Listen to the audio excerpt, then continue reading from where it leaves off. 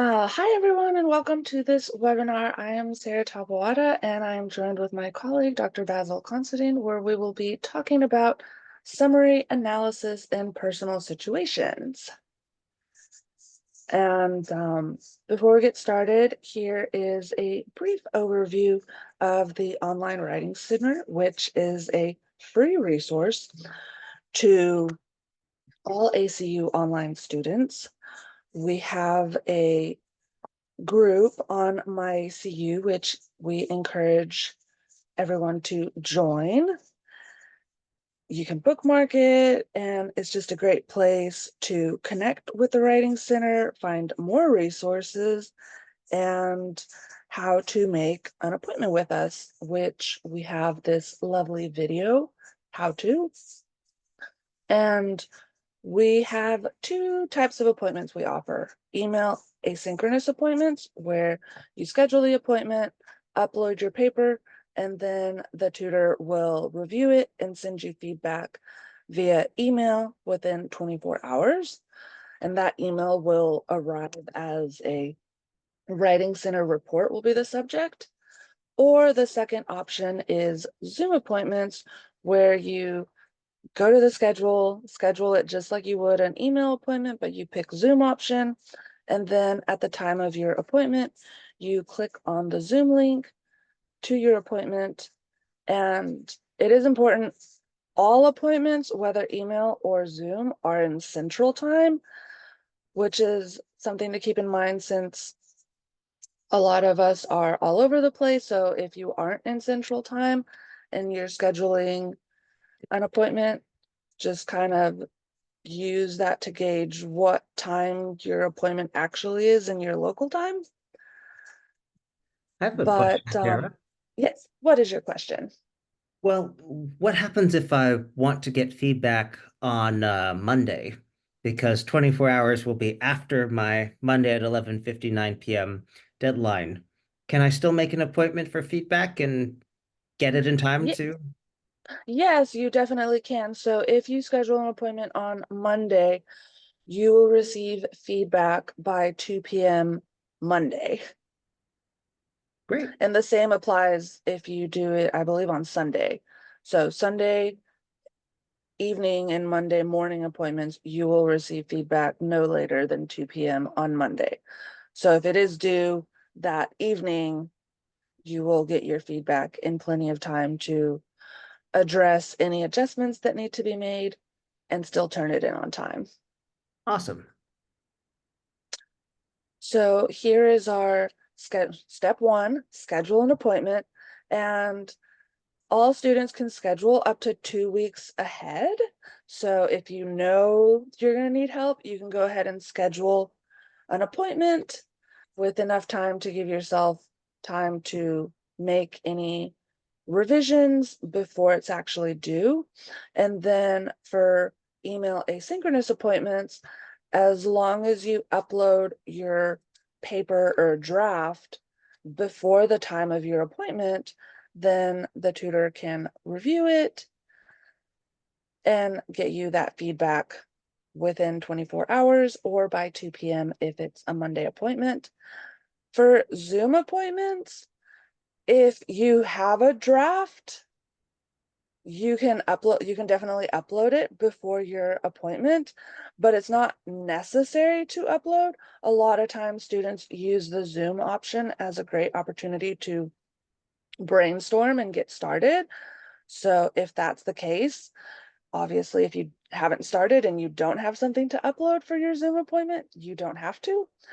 But you can always indicate to your tutor in your appointment form that this appointment is for brainstorming, and that way they know and they're not expecting a document to be uploaded.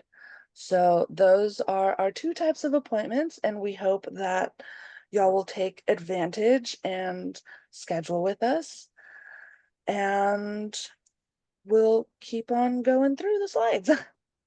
Sounds good. These are our learning objectives for this webinar. We're using BCMO 491's Week 3 Assignment 1, Ministry in the Face of Church Decline, as our tie-in. And we're wanting to understand phrasing to show analysis and critical thinking, as well as appropriate phrasing for showing and applying personal beliefs and insights. Writing is all about our word choice, so we're going to be focusing a lot on what's the appropriate word choice for each assignment. So let's take a dive into this assignment. This is, if you clicked on the link in the previous slide, this is what you would see in your course canvas for the assignment. But we're going to go ahead and break it down into smaller bite-sized steps.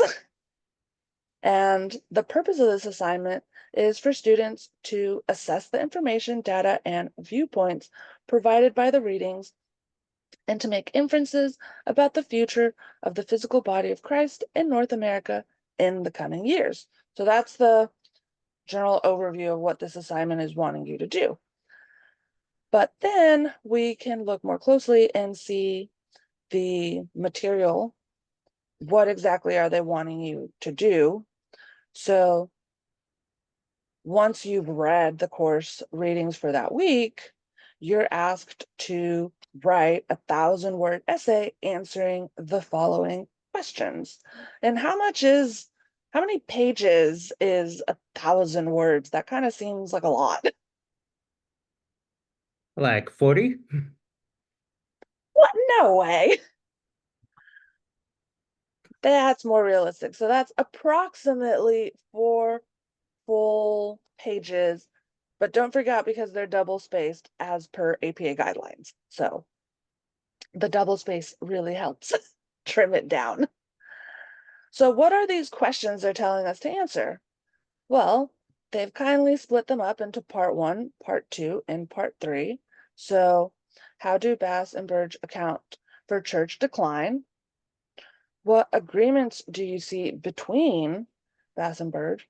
And what differences do you see between them? So we're starting with, those are the first questions you're going to want to answer. Then, do the stats reported align with your own experience? This is where we get into not just what, so part 1 is asking you about what you read that week for the course.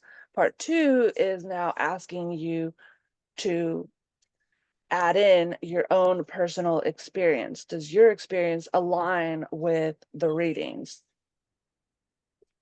Did any of the rationale, which attempts to explain the trends, resonate with your experience? And if so, which ones? And then part 3, how should Christians make meaning out of the decline of traditional church-based Christianity? For instance, could new structures and forms of community rise up to help foster and guide faith? What hopes and fears, positive and negative, could result in a truly post-church world? Now, I like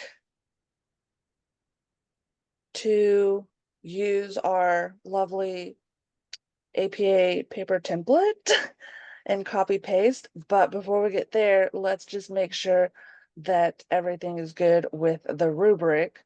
So they've broken it down. Once you've actually written your paper, you can use the rubric to kind of double check, did I answer everything?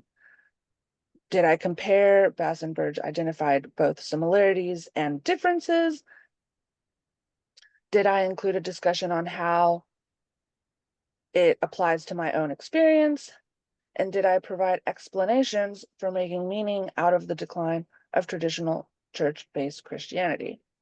I have a question, And then, of Sarah. course, yes, what is your question?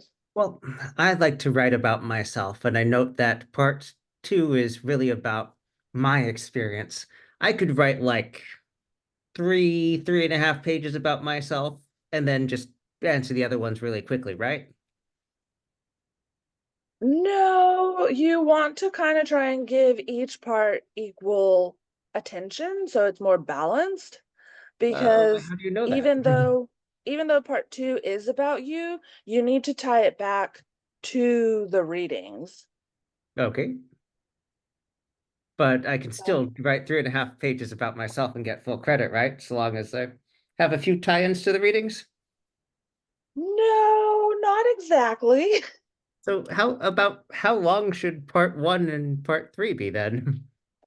I would say so. We're aiming for 4 pages. That's what we said. Approx 1,000 words is approximately 4 pages. So part one, you'd want to do a page, page and a half. For part two, a page, page and a half. And part three, again, a page and a half. If you answer part one and it's just a page, and part two is a page and a half, and part three is a page and a half, that's fine. But that's sort of what you're aiming for, Okay, is right, that makes roughly sense. minimum a page for each part. All right. And now I'm going to turn it over to Dr. Considine so we can understand the phrasings that show analysis and critical thinking. Take it away. Thank you, Sarah. Well, let's take a close look at those instructions. So we have this part one, and we can break that each of those questions down into the main question, which is how do Bass and Burge account for church decline? And then there are some sub questions where rather than summarizing what they say, we're talking about what we're noticing as similarities and differences. And so we can understand that the first part is asking us to summarize, to state information that we're condensing from the reading and cite the authors. But the second and third bullets, those are about our analysis, the insights that we are bringing from comparing them. So saying that they're in agreement, saying that they're in disagreement, that tells the reader something that they won't get from just reading one of those sources in isolation. And so we can understand this as a related set of tasks where answering each of these questions, the overview summary of what they wrote, paragraph, another paragraph analyzing the agreements, and don't just say, oh, they agree about X and Y and Z, but what's the significance of that? Or, okay, so they disagree on these things. How does that matter? Is it a minor disagreement? Is it a major disagreement? To make an analogy, uh, you know, a couple, the two members of the couple might disagree on the ideal number of kids. And it's probably not as big a deal if they're disagreeing about one versus two or two versus three. But if it's like one versus 10, this is a major difference. We're talking a huge difference. I say, as someone who is from a family with 11 children, it is a blessing that is not for everyone. And so when you're talking about these differences, tell us, okay, is this a major difference or what are the implications of that? Uh, I used to work for the United Methodist Church, hosting the conferences for the New England UMC chapter. And they would talk about how most of the churches were shrinking. And they all agreed that that was happening. But not all of them agreed that that was a bad thing because of what they were doing or how they were doing it. And just an example, one of the churches had sold its building. They sold their building to make a senior center. And so technically they were renting from the senior center, but they had really revitalized the community so people didn't have to move away as they became less mobile. And so they said, we have reimagined ourselves as a member of the community. And whether you agree with that or not, one must say that that is a rather significant difference in how they were reporting the decline in membership and what that meant. And we could go ahead and look at these other prompts here that we were looking at earlier and say, okay, so if part one is three separate questions, part two is really a one main question followed by two paired questions. Do the stats reported align with your own experience? What are you seeing? And does that agree with the things that were in the reading? Not every part of the country has churches that are shrinking. Some are thriving. And some of that's geographic, some of that's community, some of that's how we're looking at the world. Is our world for the scope the United States? Is it the whole world around? And so that this is where you're going to be summarizing, again, summary, your own experience, and then did any of the rationales which attempts to explain the trends resonate with your experience? You're applying that to your own experience. And rather than just saying yes, no, which would be a not very long answer, it's yes, here are those specific ones, and then what you make of that. Um, Part three, we have these three questions grouped. How should Christians make meaning out of the decline of traditional church-based Christianity? And then the second question, for instance, could new structures and forms of community rise up to help foster and guide faith? That's giving an example question that you could answer, but you don't need to answer that specific one. It's just an example of how you might answer the larger question. But the last one, what hopes and fears, positive and negatives, that's a pretty good question to answer when you're wrapping up that section. So I would definitely, even if you take the second one as just a suggestion, definitely answer, make sure you clearly answer the first one and the last question in part three. So if you say, okay, well, we have these different functions like summary and analysis, how do we go about showing that we are doing that?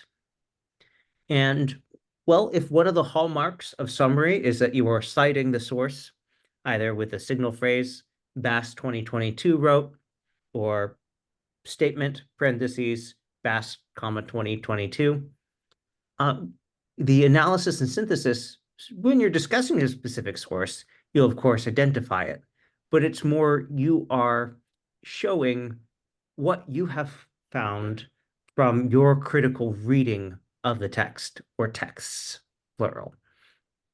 And so you want to show that you're doing that critical reading, that you're making an argument about what things are in the text, not just in terms of content, but in terms of significance, and showing that you understand the implications of some of these things. To put another way, by adding the analysis and synthesis, you're walking your reader through how you understand what the details you have been reading and summarize, what those mean and what they mean to someone in a context like outlined in this paper. And just to bring us back to that assignment preamble, this is saying, assess the information, data, and viewpoints to make inferences about the future of the physical body of Christ in North America in the coming years. So how you define that physical body is going to be very particular. Are you talking about all branches of Christianity? Are you talking about all the Abrahamic religions?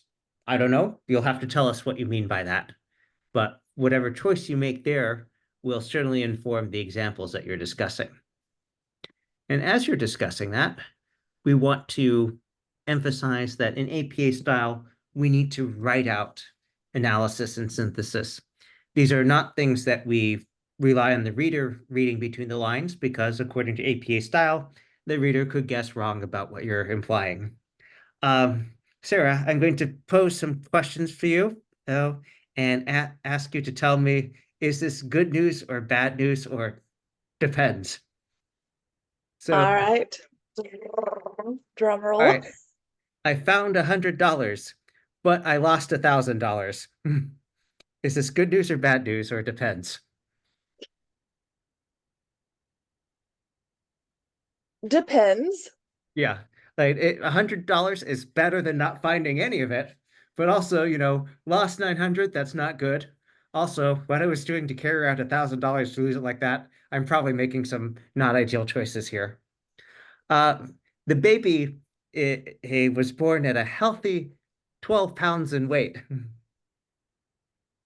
Ouch. Yes, so a lot of depends. Now, just disclosure for everyone here, I was a 10-month, 12-pound baby myself. And what I have to say to my mother about this is, I'm sorry. So, we want that context to understand how you, the writer, are making sense of this, because some of that might be very subjective.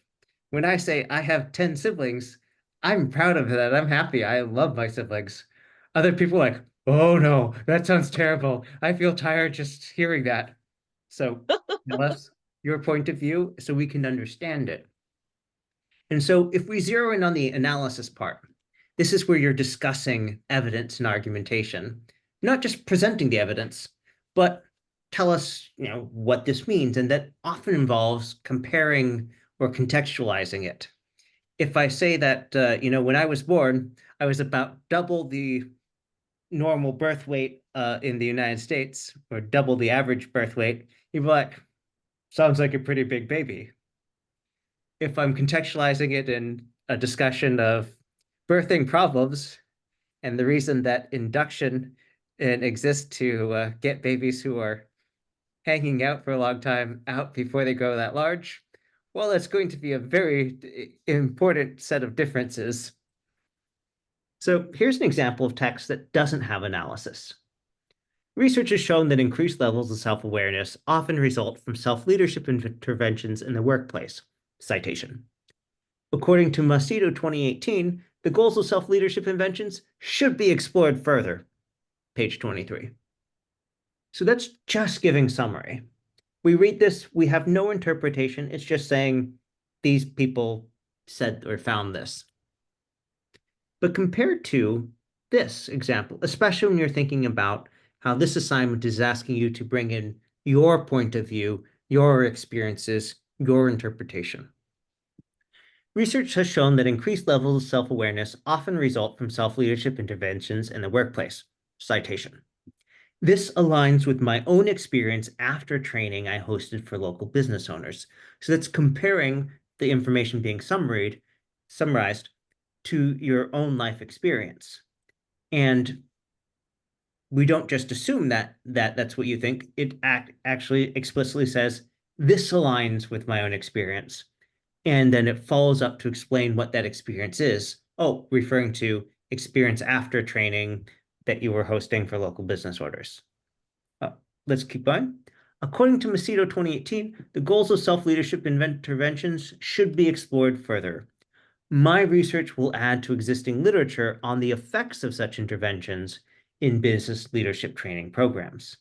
So it's saying, oh, yeah, so Macedo said this, and so I am doing something that is in the context, that is what Macedo said should be done. Some more examples. In alignment with Achike 2014, Emmanuel 2015 discovered that COPD patients responded positively to the treatment over 1 year. So this is saying not that Emmanuel said necessarily, oh, my results are the same as Achike. This is saying you as the reader are noting the findings of these two sources align together, they agree together, which in research is a good thing. When you have conflicting results, it's hard to be clear on what to do. If you have a lot of agreement on what to do, backed up by evidence, that's very helpful. Similarly, you might guess what we're referring to here. Smith 2010 found that birth order and personality traits were connected. However, Smith's 2010 results are less likely to be generalizable due to the use of a small homogeneous population of 11 siblings.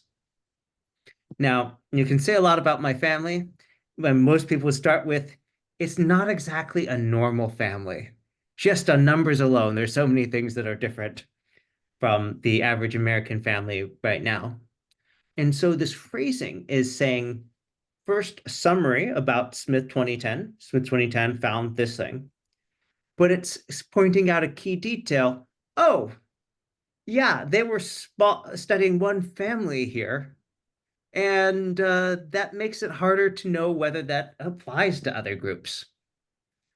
As an example, in terms of putting babies to sleep, just by numbers, I had way more practice than the average person. In terms of washing clothes to getting stains out, I had way more practice than the average person there.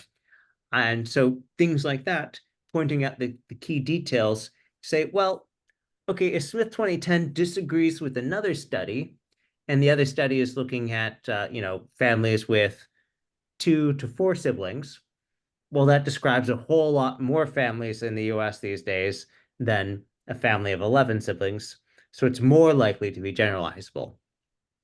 And you are the one who has done the reading. So you are the one who then needs to point out key differences like that to your readers. So you might think about the analysis as also connecting the dots between your evidence and taking the evidence and talking about why it is and how it is or is not relevant to your argument, your context. Let's take a look back here at our uh, original instructions here. Remember that we are being asked to assess things, to make inferences about the future of the church, broadly writ, in North America in the coming years. By the way, it will be very helpful to state what you mean by the coming years. Sarah, would you say that you've been in Seoul for a long time? No, Okay. not particularly. But if it was someone who had only visited Seoul for a day, it would seem like a long time to them, right? Probably. Okay. So perspective and telling us what that perspective and key context is. You ask someone who's graduating college, a year is a long time. You ask someone who's 80 years old, they might have a different perspective on that. So make sure you specify things like what you mean by coming years. And with the synthesis, this is where you're going to be really discussing multiple pieces of evidence and argumentation and using that discussion to create new conclusions based on the relationships between your different points of evidence and argumentation. The sample assignment that we're looking at right now is a capstone for an undergraduate course. And one of the reasons you're being asked to do synthesis now is because it is at that level where you're now being expected to give that kind of critical insight in a way that introductory undergraduate courses do not. And if you're watching this as a graduate school student, uh, this is a basic expectation for graduate level writing. So throughout your programs and your academic development, there are increasing expectations over time, and one that we expect for senior level papers and for graduate level papers is to have summary, analysis, and synthesis together. So let's spend a little bit more talking about that. What do we mean by synthesis? Well, these are parts of your paper where you're answering questions like, well, what do all these things you've been writing about mean when you put them together? Or how do you, as the author, interpret what you presented? And let's just call back here to the assignment instructions here, where it says, oh, do the stats reported align with your own experience? Does that sound familiar? Did any of the rationale which attempts to explain the trends resonate with your experience? Which ones? So that's not just pointing out and listing, it's talking about what these things are and why and what should be done in light of this, which again is one of the prompts for this assignment. So let's talk about some examples of writing that gives synthesis. Um, Sarah, would you mind reading the first and third bullet points for me? I'll read the second one. Okay. These consistent results across multiple studies and diverse populations validate the applicability of the behavioral therapy model to this problem. So it's giving something of a conclusion. It's taking all this information together and saying, yes, we can use this model with this problem. The recent research on the positive impact of mindfulness-based stress reduction training in various contexts means that it could also be an effective tool for higher education administration. Again, it's saying, well, based on the stuff that's being discussed, this looks like something that would work for us. All right. A p-value less than 0.05 is typically considered to be statistically significant. Therefore, the null hypothesis was rejected. Great. Now, just to give you some sample phrasing, and I'll call to mind that we have given you examples of each of these throughout. But when you are writing and giving summary, you're going to have a lot of sentences with prominent citations, either at the beginning or the end. Like Bass 2022 stated this. Burge 2022 argued, as noted by Bass 2022, or just a statement that ends with a parenthetical citation like the last example. Now, as you are going through that, look at the difference between summary and analysis. So we start with this, but what do we need to add to turn this into analysis? Well, we need to add a little bit more. We need to say, hey, we have the statement, but what does it mean? And so you might think it as adding either literally or figuratively the comma which, the explanation. So let's take these and just show how that explanation might go in very different directions.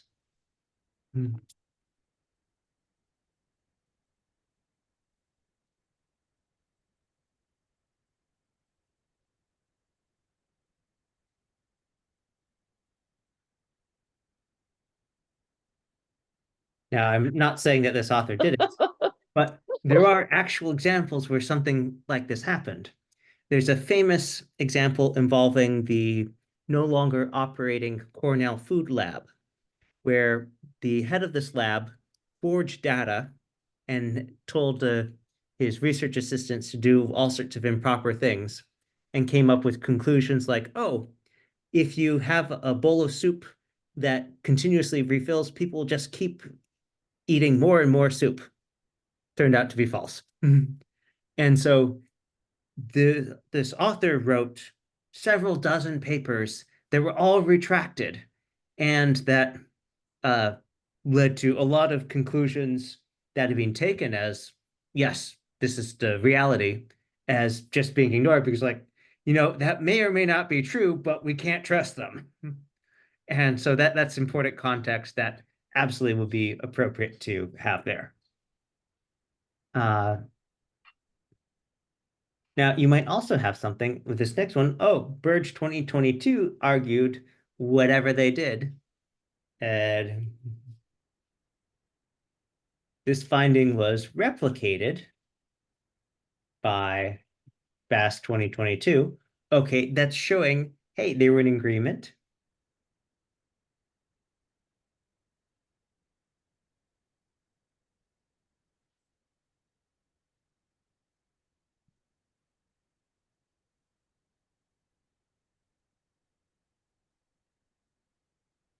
Now, what exactly that'll be, sometimes the boundary between analysis and synthesis is such that you're including both in the same sentence.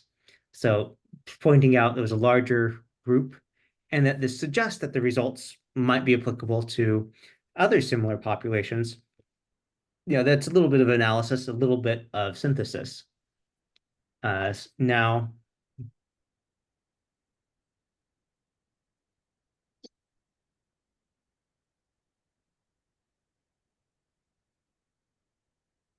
you can also find something and say, well, yes, they are associated, but not at a level that we find to be important.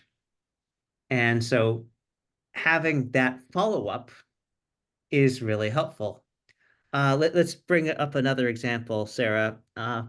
So as noted by Basil 2025, the best herb to grow in your house is going to be oregano.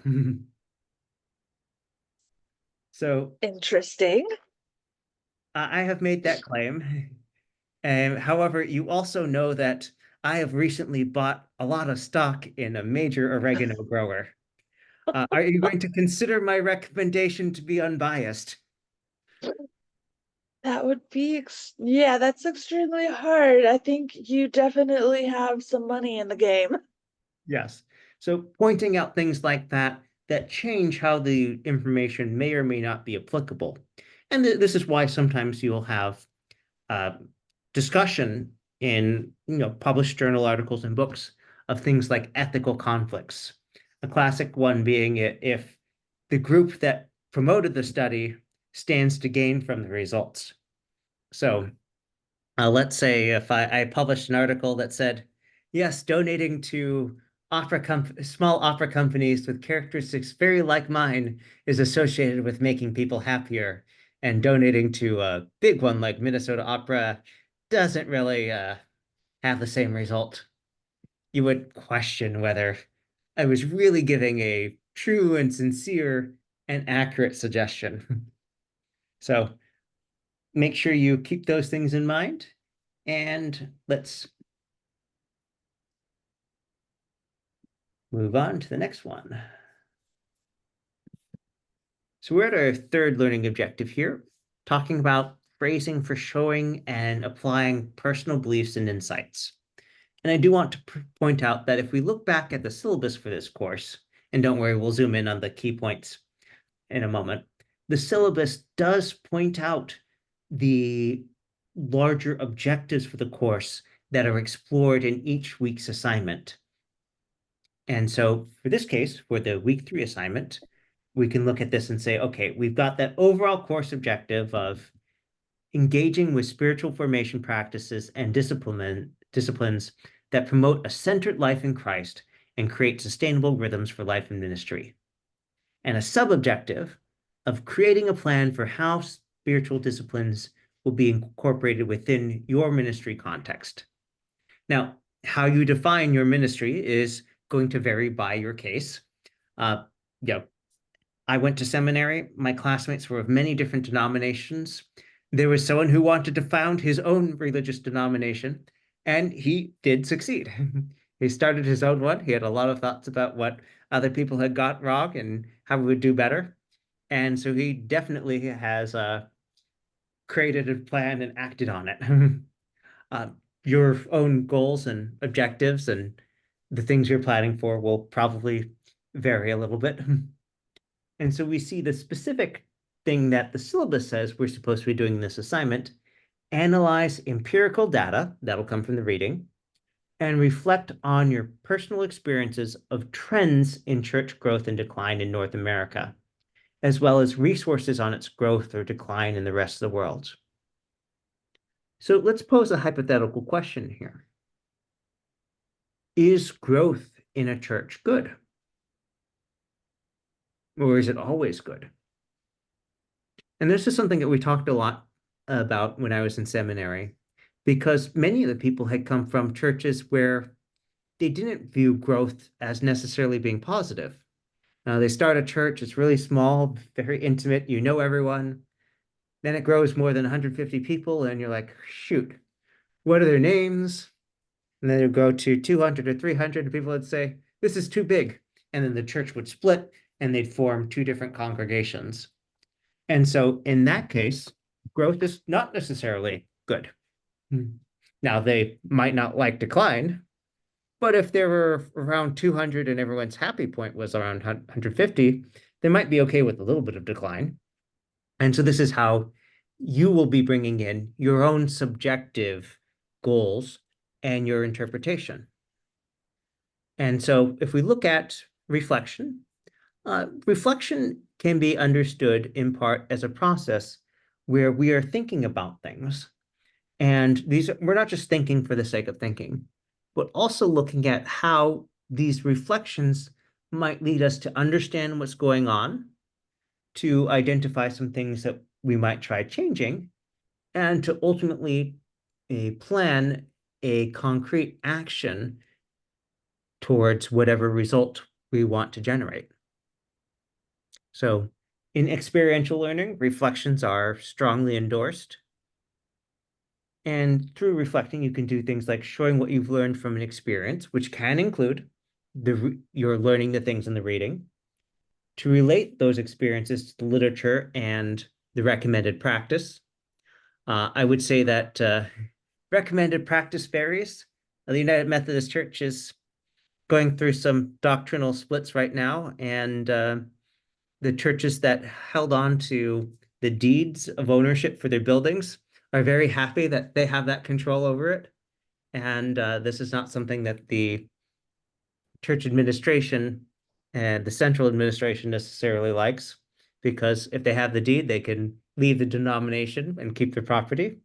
And if they don't, well, then they have to leave the building. So, and with all these things, we're looking at how we can take the findings from your research, your course reading, and other things, and the experiences that you've had, and apply them towards the future. Again, with the goal of, at some point, creating an action and moving forward. Now, another way that we might spin this is asking the question, well, why should you use personal insights? And for here, I'm going to quote an author. uh, Reflection allows students to make sense of material or experience in relation to oneself, others, and the conditions that shaped the material experience. I would point out with each of these three things, they are things that you can and probably should be talking about to some extent when you are writing this paper, because there's the direct relevance to you. There's the relevance to those around you, especially those that you want to be involved in the future of the church in North America, and the conditions that shaped that. You know, growing up in the Boston area, I'd often hear, oh, churches are shrinking. There's so few children in them anymore. And then I went to Chattanooga, Tennessee, and let me tell you that in the run up to Easter, when they were having baptisms, that was a 4-hour service. That church had lots of children in it. So that context, that conditions that are shaping what you are understanding and what you're writing about and what is desirable could be quite different. But we want to take that reflection to reimagine material or experiences for future personal or social benefit. And you can write about both of them in this paper. So that was coming from Ryan 2013's and article on teaching reflection in higher education, but very applicable to this paper. Now, some strategies for using personal insights and reflection. Rather than free write, which often makes you write more than you have to and then lead you to need to delete things, uh, it's often helpful to say, let's describe the thing that we're reflecting on first. You know, center it so we all understand where we're beginning. And then state your insights and reflections. Contextualize those with relevant literature. That is something this assignment says you have to do, so please make sure you do it. Describe and explain any conflicts between them. So Sarah, I have an idea here. Uh, my idea is that I'm going to take my 10 siblings and and we're going to head off to Seoul to visit you, and we're going to stay at your place. Do you have any conflicts with this idea? Um, a few. All right, so well, we're just going to vote here, and there are 11 of us and one of you. So sorry, it's a Uh-oh. democracy. Wait. Does my cat get a vote? Okay, it's 11 versus 2, but I'm allergic to cats, so we're going to go stay somewhere else. Whew. All right, so this is why we need to contextualize those conflicts. See, we were all prepared to outvote Sarah, but now that she said she had a cat, well, I'm allergic, and then my siblings wouldn't pay attention to me because they'd be busy playing with their cats. I'm like, fine, we'll go get a hotel. So that context can significantly change what you have for navigating the conflicts. And also, a good thing to finish with is to talk about what your post-reflection practice was. We didn't just reflect, we're reflecting with the goal of helping clarify what action is going to be undertaken and why. So, what will the changes do or make more possible? And why is that important? And let's just go back and look at the instructions again for a little bit here. So we were asked to consider these questions. How should Christians make meaning out of the decline of traditional church-based Christianity? I mean, it was very easy when the church was expanding and expanding around the world to say, well, Clearly, we must be doing something right. But does the fact that the uh, size of the churches, the size of the church congregations in North America, the size of most of the denominations, that those are shrinking in North America, does that mean that we're doing something wrong? I don't know. That'll be part of the what you've described for us. And your reflection and how you take the insights from that will be very important. One of my insights from now is that I should ask people if they have a cat before I announce that I'm going to go visit them, because if they don't happen to mention it, I will be very sneezy and then needing to get new lodgings on short notice.